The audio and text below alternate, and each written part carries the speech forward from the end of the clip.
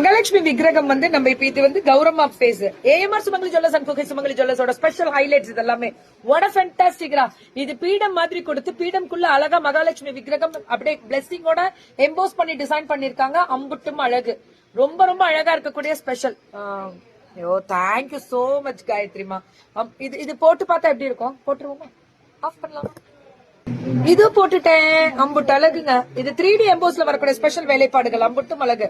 You looks beautiful. Thank you தங்கம். இந்த சாரியா? Thank you தங்கம்.